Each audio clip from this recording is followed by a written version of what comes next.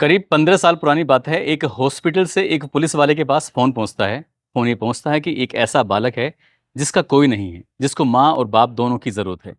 Police वाले ने जैसे ये बात सुनी, पुलिस वाले को लगता है कि अपने भी घर में कोई बच्चा नहीं है, क्यों ना ऐसे बच्चे की परवरिश की जाए जिसका कोई नहीं है। दोनों साथ मिलेंगे, ज़िंदगी अच्छे से गुज़र जाएगी।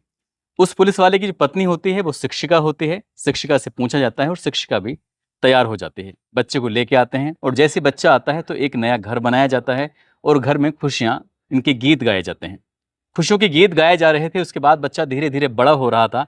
उसको ज़िले के सबसे टॉप स्कूल में एडमिशन कराया जाता है, ताकि वो अच्छे से पढ़ सके और कुछ बन सके। लेकिन 15 साल बीत जाने के बाद कुछ ऐसा होता है, जिसकी किसी ने कोई कल्पना की नहीं थी। दरअसल जिस बच्चे को गोद लिया था, उसी बच्चे ने 15 साल का होने के बाद अपने उस पिता को, जिसने सहारा दिया था, यानी कि पुलिस वाले के सीने में एक खंजर भोंक देता है और वो उसके दिल को पार होकर निकल जाता है। हालाँकि डॉक्टर प्रयास ज़रूर करते हैं, लेकिन प्रयास असफल हो जाते हैं। और जब ये खबर सोशल मीडिया के माध्यम से, अखबार और टेलीविज़न के माध्यम से लोगों तक पहुँचती है कि पुलिस वाले ने एक ऐसे बेसहारा बच्चे को सहारा दिया था, उसका पिता भी ना था, और उसी बेसहारा लावारिस बच्चे ने ही उस पिता के सीने में खंजर घोंपकर उसे हमेशा-हमेशा के लिए मौत की नींद सुला दिया। आज कहानी उसी पुलिस वाले की है, आज कहानी उस बालक की है जिसने कत्ल किया था। क्यों हुआ था ये कत्ल? कैसे इस बच्चे को गोद लेके आए थे? आज की कहानी के माध्यम से ये जानने की, यही समझने की कोशिश करते हैं। आदाब, नमस्कार, सत श्री अकाल। मैं उस्मान सैफी। आज की जो सच्ची घटना मैं आपको सुनाने जा रहा हूँ, ये सच्ची घटना शुरू होती है उत्तर प्रदेश के ज़िला गाज़ियाबाद से। ज़िला गाज़ियाबाद का एक थाना लगता है मुरादनगर, और मुरादनगर का ही एक गाँव लगता है सुराना। दरअसल सुराना गाँव का रहने वाला एक व्यक्ति जिसका नाम लेखराज सिंह होता है, उसको 3 बेटे होते हैं। सबसे बड़ा बेटा जिसका नाम अनिल कुमार होता है, दूसरा बेटा जिसका नाम अरुण कुमार होता है, और तीसरा बेटा जिसका नाम प्रवीण कुमार होता है। प्रवीण कुमार शुरू से ही बहुत होशियार और सभ्य किस्म का व्यक्ति होता है। वो पढ़ने में भी होशियार था, कद-काठी से भी बहुत अच्छा मज़बूत होता है, और उसने कोशिश की थी कि उसे उत्तर प्रदेश की पुलिस में ही भर्ती होना है। इसके लिए वो दिन-रात मेहनत करता था। और एक दिन ऐसा आता है, साल 1995 की बात है, आखिरकार उत्तर प्रदेश पुलिस की भर्ती निकलती हैं और वो उसमें आवेदन करता है और उत्तर प्रदेश पुलिस में उसका नंबर आ जाता है। पहली पोस्टिंग मिलती है मुरादाबाद में। मुरादाबाद में कुछ साल रहता है, कुछ साल रहने के बाद उसकी पोस्टिंग फिर मुरादाबाद से उत्तर प्रदेश के ज़िला बुलंदशहर में पोस्टिंग हो जाती है, और धीरे-धीरे करके वक़्त 4 साल का बीत जाता है।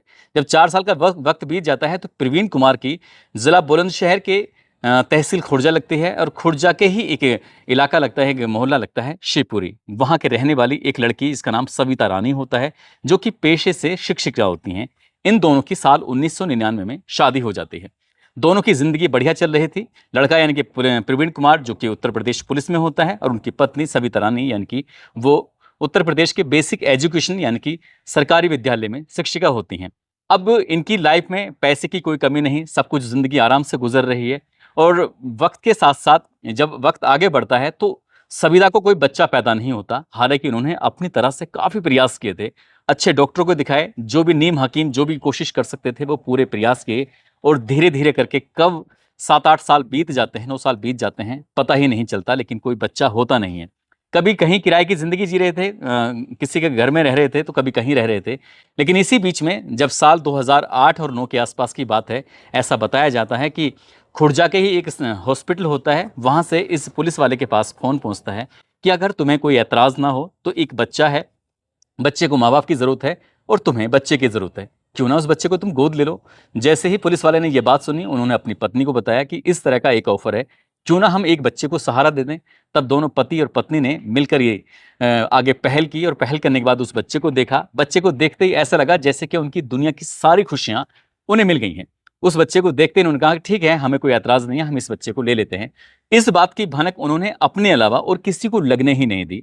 परिवार में जितने भी सदस्य होते हैं, भाई-बहन, रिश्तेदार, किसी को भी ये एहसास नहीं होने दिया कि इस बच्चे को उन्होंने किसी हॉस्पिटल से एडॉप्ट किया है, यानी कि लिया है। अब उस बच्चे को लेके आते हैं और इस तरह का माहौल बनाया जाता है, क्योंकि अभी तक वो बुलंदशहर की ही एक कॉलोनी में किराए के मकान में रह रहे थे, और परिवार वाले, रिश्तेदार वालों को ये खबर दी जाती है कि हमें हमारा एक बच्चा हुआ है। जैसे बच्चे की खबर मिलती है और हम बहुत जल्दी एक नए घर में शिफ्ट करने वाले हैं। बच्चे के आने के बाद एक नए घर का इंतज़ाम किया जाता है। वो बुलंदशहर की ही एक पॉश कॉलोनी होती है यमुनापुरम। यमुनापुरम में ही इन्होंने अपना प्लॉट खरीदा, उसको बनाया। बनाने के बाद रिश्तेदारों को खबर दी, और बच्चे के आने का यानी कि उसका गृह प्रवेश का, उसके नामकरण की एक अच्छी सी दावत की, और दावत में सभी रिश्तेदार शामिल होते हैं। यहाँ पर खुशियों के गीत गाए जा रहे थे, गुनगुनाए जा रहे थे। अब ऐसा लग रहा था जैसे कि ये अधूरा परिवार है, अब ये पूरा हो चुका है। बच्चे के बड़े होने का इंतजार कर रहे थे। बस लग रहा था कि जितनी जल्दी बड़ा हो जाए उतनी ही जल्दी खुशियां आएंगी।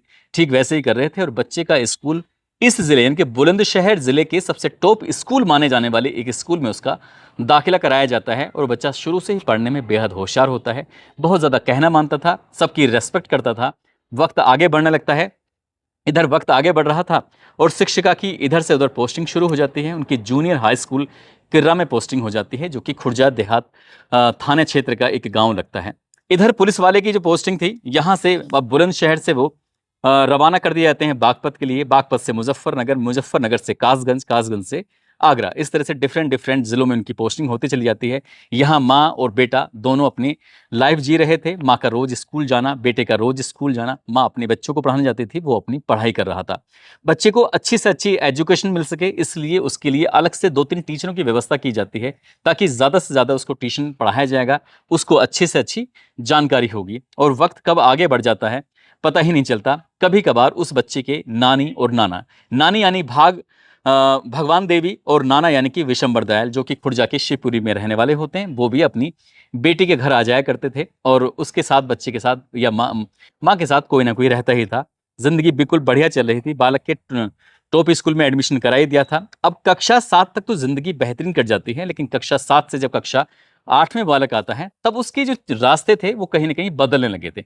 शुरुआत में उसे सुर्ती खाने की आदत पड़ जाती है। उसके बाद फिर सुर्ती के बाद उसने कुछ और ऐसी चीजें खाना पीना शुरू कर दिया, कभी सिगरेट तो कभी शराब तो कभी सूखा नशा नशा करना उसने शुरू कर दिया।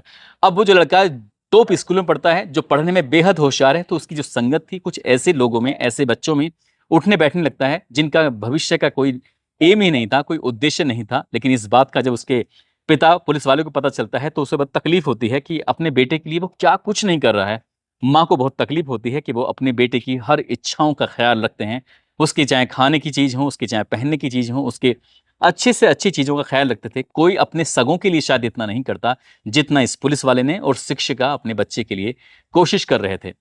लेकिन वक्त आगे बढ़ जाता है, इसलिए पुलिस वाले ने उच्च अधिकारियों को एप्लीकेशन दी। जब वो आगरा में तैनात होते हैं, कहते हैं कि साहब, मुझे अपने बेटे के साथ पास, मुझे अपने पत्नी के पास बुलंदशहर जाना है, मुझे मेरी पोस्टिंग वहाँ कर दी जाए, क्योंकि मेरा अकेला बेटा है और उसके साथ कुछ दिक्कत, कुछ परेशानी है। इस वक्त में बाप का बेटे के साथ रहना बेहद ज़रूरी है। जैसे उसने पुलिस वालों को, उच्च अधिकारियों को ये एप्लीकेशन देता है, एप्लीकेशन स्वीकार कर ली जाती है और आगरा से बुलंदशहर में वापस पोस्टिंग हो जाती है।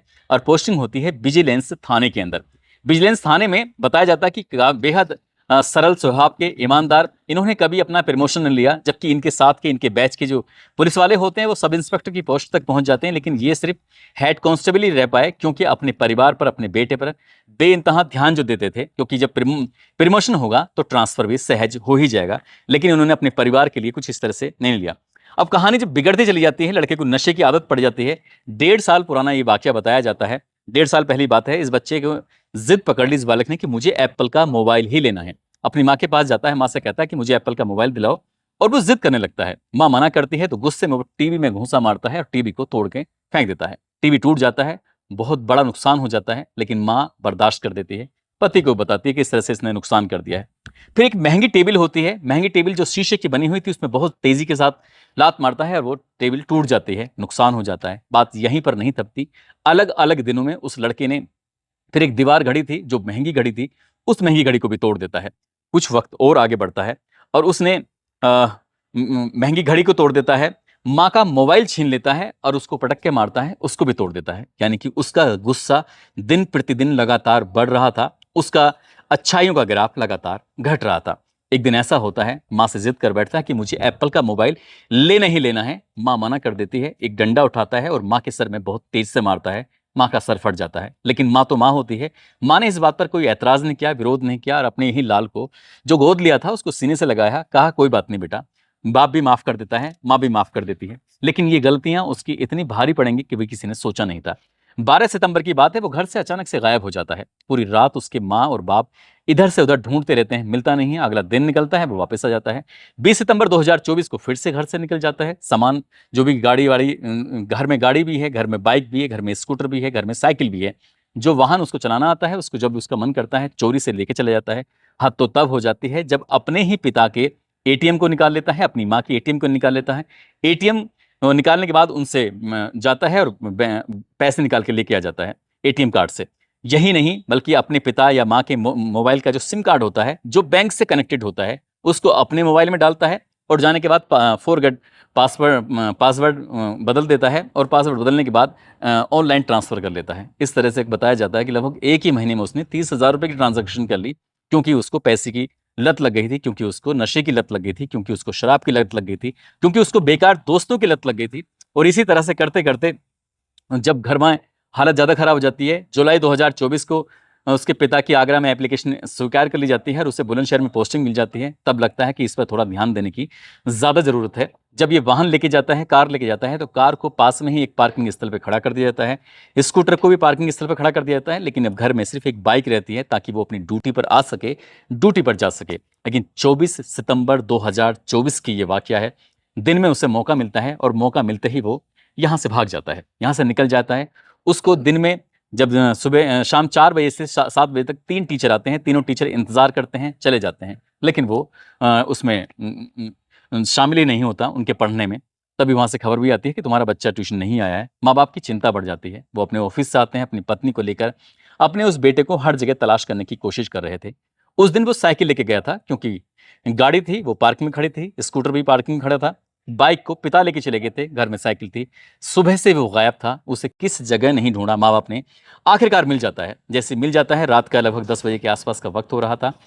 उन्हें दिखाई देता है, जैसे उसकी साइकिल के सामने जब बाइक लगाते हैं तो साइकिल गिर जाती है। माँ और बाप को दोनों को चिंता होती है। तुरंत उसे स्टैंड पर बाइक को खड़ी करते हैं और उस अपने बेटे को उठाने की कोशिश करते हैं ताकि कहीं चोट ना लगी हो। उसकी बाइक को, साइकिल को उठाते हैं, कहीं उसको चोट ना लगी हो। इसी बीच में वो मौका पाता है और मौका पाते ही मोटरसाइकिल लेता है और भाग जाता है। रात के लगभग 2 से ढाई बजे के बाद वापिस आता है। घर वाले परेशान हो जाते हैं। उस रात किसी ने खाना नहीं खाया था। पूरी रात ऐसे ही गुजर जाती है। वो अपने कमरे में जाकर लेट जाता है। माँ-बाप करें तो क्या करें? अगले दिन यानी कि 25 सितंबर 2024 आता है। ये जो पुलिस वाले होते हैं वो अपने ही बच्चे के टीचर को फ़ोन करते हैं, कहते हैं कि सर आप आइए, आप ही कुछ समझा दीजिए, हमारी तो सुनता ही नहीं है, हम करें तो क्या करें? टीचर स्कूल से वक़्त निकालने के बाद वो घर पर आते हैं।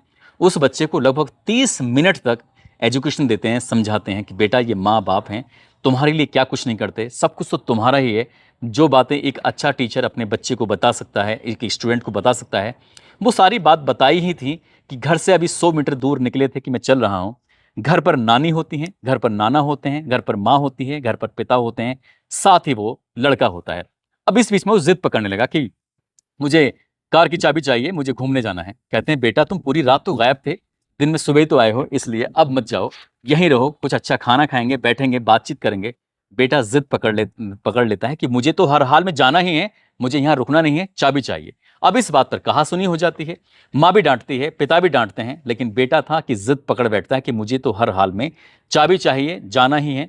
जब लगता है कि सब माहौल शांत हो चुका है, वो लड़का रसोई में जाता है। पिता अपना हाथ धोने के लिए वॉश बेसिन के पास गए थे, वॉश बेसिन पर हाथ धो ही रहे थे कि वो रसोई में जाता है। खंजर उठाता है, वो खंजर जिससे सब्जियाँ काटी जाती हैं, वो खंजर जिससे घर में कोई भी अपना काम होता है। वो जाने के बाद एक हल्का-सा राउंड लेता है, यानी कि पूरा पिता का राउंड नहीं लेता, बल्कि सीधे सामने जाता है और सीने में खंजर को भोंक देता है। खंजर जो होता है वो जो दिल होता है, दिल को पार करता हुआ निकल जाता है। खंजर भोंक कर एक बार फिर से उसे बाहर निकाल लिया जाता है। बस यहीं से पूरी दुनिया का एंड हो जाता है, द एंड हो जाता है, खत्म हो जाती है। पुलिस वाला उसकी चीख निकल जाती है। माँ ने जो अपनी आँखों से देखा अपने पति को मरता हुआ, उसकी भी चीख निकल जाती है। नानी, नाना भी पास में थे। वो भी बिलखने लगते हैं, रोने लगते हैं। ज़ोर-ज़ोर से आवाज़ें लगाई जाती हैं। आस-पास के लोग दौड़ कर आते हैं, देखते हैं कि जो पुलिस वाला होता है वो खून से लथपथ था और कोई समझ नहीं पा रहा था। अब बस कोशिश थी कि वो तड़प रहा है, उसको उठाकर हॉस्पिटल में लेके जाएँ। नज़दीकी हॉस्पिटल में लेके जाते हैं, कोई और नहीं बल्कि जिस लड़के ने खंजर भोंका था, वही लड़का हॉस्पिटल लेके जाता है। खुद कार ड्राइव करके जा रहा है। पिता पीछे बैठे हैं, नानी, नाना भी बैठे हुए हैं। हॉस्पिटल जाते हैं, डॉक्टर साहब तुरंत ही जवाब दे देते हैं, इनकी हालत ज़्यादा ख़राब है, इन्हें हायर मेडिकल सेंटर रेफ़र किया जाता है। लगभग अभी गाड़ी 10 किलोमीटर दूर ही गई थी, यानी कि एम्बुलेंस के माध्यम से लेके जा रहे थे और इसी बीच में वो पुलिस वाला दम तोड़ देता है। उधर जब ये एक हॉस्पिटल में एडमिट कराया जाता है, तभी डॉक्टर पुलिस को फ़ोन कर देते हैं कि यहाँ पे कोई ऐसी अप्रिय घटना हुई है, तुम्हें तुरंत आना चाहिए। पुलिस मौके पर आती है, उस लड़के से पूछताछ करती है, उसे हिरासत में लिया जाता है, उसके खिलाफ तहरीर दी जाती है। पुलिस ने उसके गिरफ्तार किया और गिरफ्तार करने के बाद जो बच्चों की जेल होती है उसे फिलहाल जेल में बंद कर दिया। लेकिन अब ये खबर जब सोशल मीडिया पर वायरल होती है, अखबारों में प्रकाशित होती है, टेलीविजन पर चलती है, तो लोगों के दिमाग में एक ही बात आ रही थी कि एक व्यक्ति ने, एक महिला शिक्षिका ने एक ऐसे बच्चे को जिसका कोई नहीं होता, उसको एक अच्छी परवरिश देने के लिए उसको गोद लिया, लेकिन उस बच्चे ने अपने पूरे परिवार को पूरी तरह से तहस नहस कर दिया है, खत्म कर दिया है। उसने न केवल अपने पिता का कत्ल किया है, बल्कि रिश्तों के जो विश्वास था, ऐसा रिश्ता जिसको बनाया गया था, जिसको खूबसूरती से सजोया गया था, एक पुलिस वाले ने अपनी पूरी जिंदगी भर उस बच्चे पे लगा दी। उस बालक ने आप देखा ना ताप देखा और हमेशा हमेशा के लिए उसको मौत की नींद सुला दिया। जो भी इस घटना के बारे में सुन रहा है, वो यकीन ही नहीं कर पा रहा है कि आखिरकार कोई बालक ऐसा कैसे कर सकता है।